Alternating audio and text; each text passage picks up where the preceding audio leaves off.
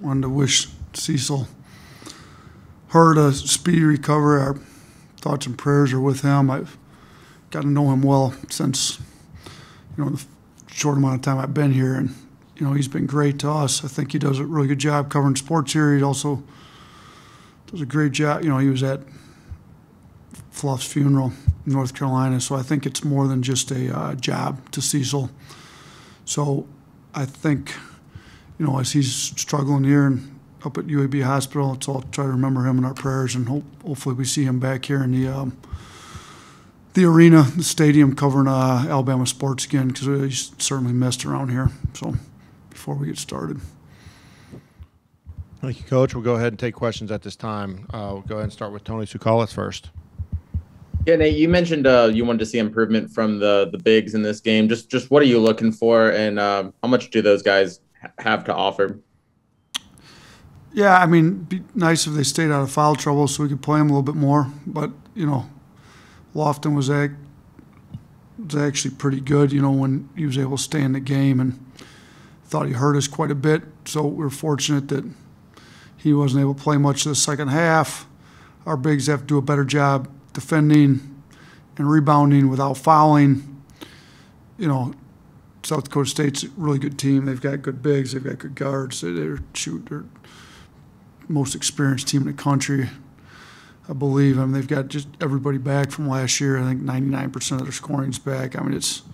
They're a good team. So our bigs are going to have to play a little bit better for us. But, I've got a lot of confidence in them. I think Charles wants to be great. He's going to figure it out. We just got to keep him out of foul trouble. Keon Ambrose continues to get better every day. Noah and Jawan are guys that have played college basketball and been good before. They're not, they're more fours than fives, but we can always play small and play them there. So, we'd like to get a little bit more production, rebounds. But, again, we've got, some of those guys are inexperienced, and the more games they play, the better they're going to get. And they certainly want to be good, and they're working hard to get there, so I'm confident they'll get there here quickly. Charlie Potter, go ahead. Yeah, hey, Coach. You've talked a lot about Keon Ellis in the last few weeks. Just what kind of progress has he made since last year to kind of become that two-way player that you've talked about? Yeah, he's a more efficient scorer, and he was pretty efficient last year. He makes shots at a high level. He's gotten better at attacking off the dribble, understanding what we want in our offense. I think defensively he's one of our it was him and Herb were kind of our two better defenders last year. Petty was pretty good as a perimeter defender as well, but Keon was right there with them.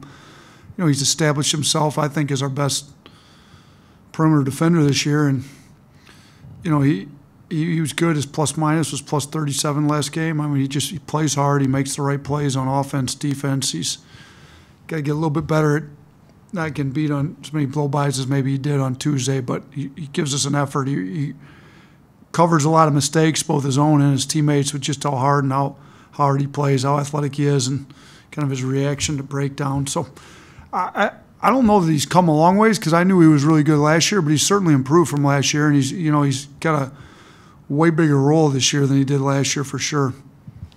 Up next, Joey Blackwell. Hey, Coach, you talked about a little bit in the opening statement about how, all five of their leading scorers from last year coming back for South Dakota State. Given that their guards are very solid long-range shooters, how important is Alabama to protect the perimeter tomorrow night? Yeah, that's one of our keys. If we give them open threes, they shot 9 of 20 in the first game. Which is about right.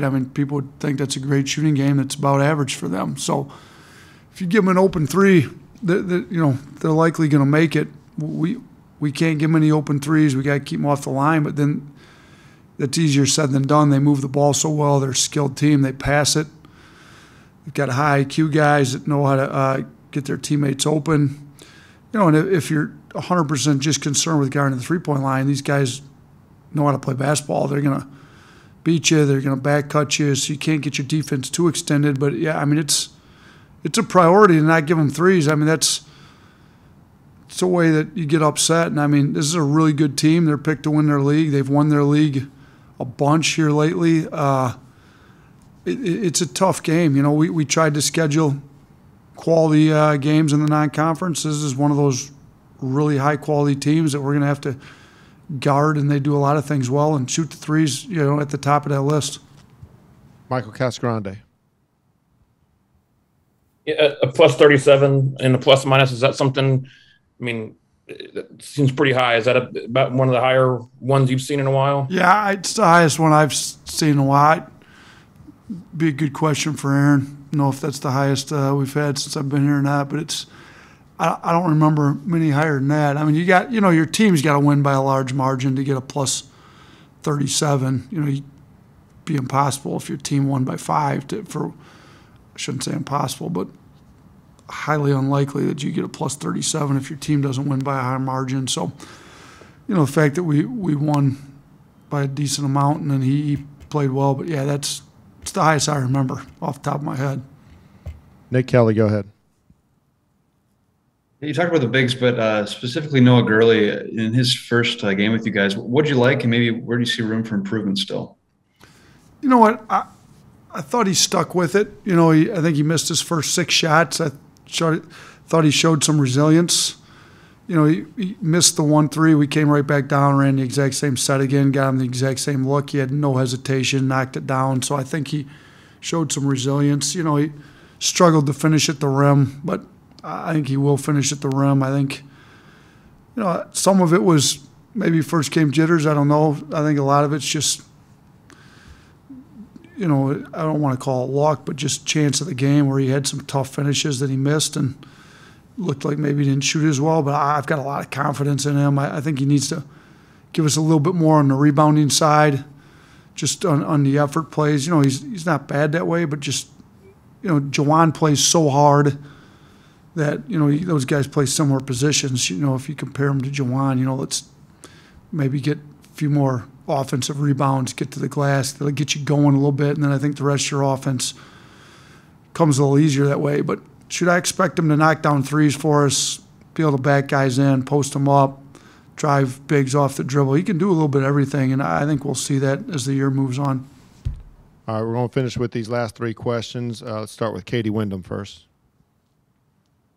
Coach, I know y'all released some info about this yesterday, but just wanted to give you the chance to talk a little bit about the class you signed yesterday and how good it felt to get all 5 fully signed for 2022. No, it was huge. Best recruiting class since I've been here. I mean, it was the first full recruiting class where we've been able to recruit the kids the entire time while we were at Alabama that we were able to bring on visits, because obviously last year's class would have been the first full class, but we had COVID going on. So, to see what we were able to do under those circumstances, I thought was great. If you kind of go down the list, Jaden Bradley committed first. He's the #1 point guard in the country. Made it, I think, easier to kind of stack the rest of the class. I think he's the best passing guard in the country. Guys want to play with a player like him. So for him to commit first, and then we kind of followed it up with guys that, look good alongside him. Now, the other 5-star we got was Brandon Miller. He's been down to some games. We've been recruiting him since we got here. He got a lot of upside. Both those guys do. Really excited about him. We like big guards. He's, long athletic guard that can make plays, shoot the ball. I think he led the EYBL in field goal percentage. So, excited about those two. Added in a guy like Noah Clowney, to stretch big, that can really play the way we want to play, knock down threes, athletic, get up and down the floor, make plays at the rim, highly sought after big, #1 player in the state of South Carolina. So that was good for us to get a big that can stretch the floor and play like we'd like the guys to play, and then add another quality big. I think Nick's got some more college experience, bigger, stronger, more of a 5 where Noah can come out and play the 4. But Nick's a 5 that can certainly play on the perimeter, which is what we like. So to get, and we've had some success with junior college guys going all the way back to my time at Buffalo. Keon Ellis, one of our best players now, came out of junior college, and Rojas was certainly a part of what we did last year. So, it was good to get Nick. Some people have him as the #1 JUCO player in the country. And then, we kind of topped the class off with Rylan Griffin out of Dallas, who I really, really like. I think he's got a lot of upside. He can score it at a high level. Another, 6'6" guard that, can pass, dribble, and shoot.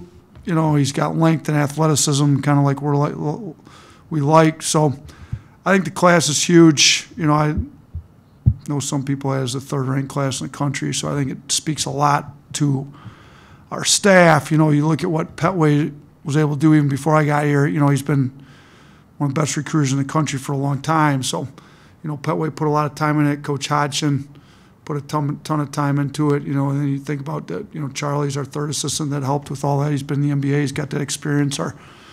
These guys all want to play in the NBA. Charlie's there and certainly helped with that stuff. But, you know, the amount of legwork Brian and Petway particularly put into this was huge. So big shout out to our staff and what they were able to do. And even our current program, our players were great on the visits. And, you know, our players want to win.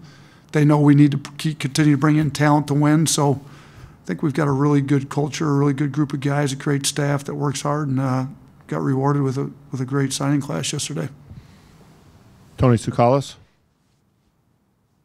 Yeah, Darius Miles, you know, had a great game in the opener. Just what does he offer, and is he going to surprise some people with his shooting? Shoot, I hope he does. If he can continue to go 100%, that'd be great. I mean, he's been in the gym working a lot. He actually struggled a little bit shooting it in the fall, and then he really got in and worked hard on his own. You know, coming in twice a day a lot of times. Just to get extra shots up. I think that stuff pays off. You know, there's hard work doesn't go unrewarded. So he worked hard. You know, you obviously can't expect him to go 100% every game, but I do think he can be a shooter. He's got length. He's got a high IQ. He's athletic.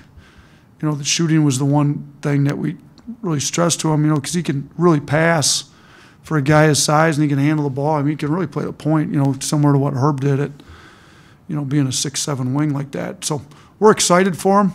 I was really glad he played well that first game. We need him to be good for us this year, and I think he showed he's got a chance to be a big part of our rotation this year. All right, we're going to finish up with Charlie Potter. Go ahead, Charlie.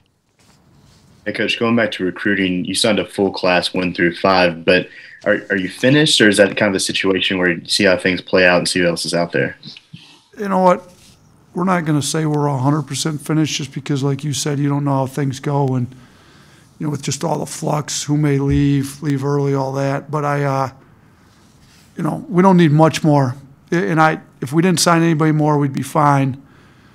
But we'll continue to talk to a few guys in this class. Probably that may go late just to see what happens with our roster as it goes late. But we're really turning the bulk of our attention, like 95% of it, to 2023s and trying to get a head start in that regards as far as our recruiting goes. And with that, I personally don't do a whole lot of recruiting myself during the season just because I try to get locked into our team. So, you know, our assistants turn their focus that way a little bit. But I also like to go see the guys that have signed. I want to build a relationship with those guys before they come in. So we'll get out to see those guys as much as we can. I turn my focus to the team, coach our team, and then, you know, pay attention a little bit to some 22s in case something happens, but we're going to mainly turn our attention to 23s right now.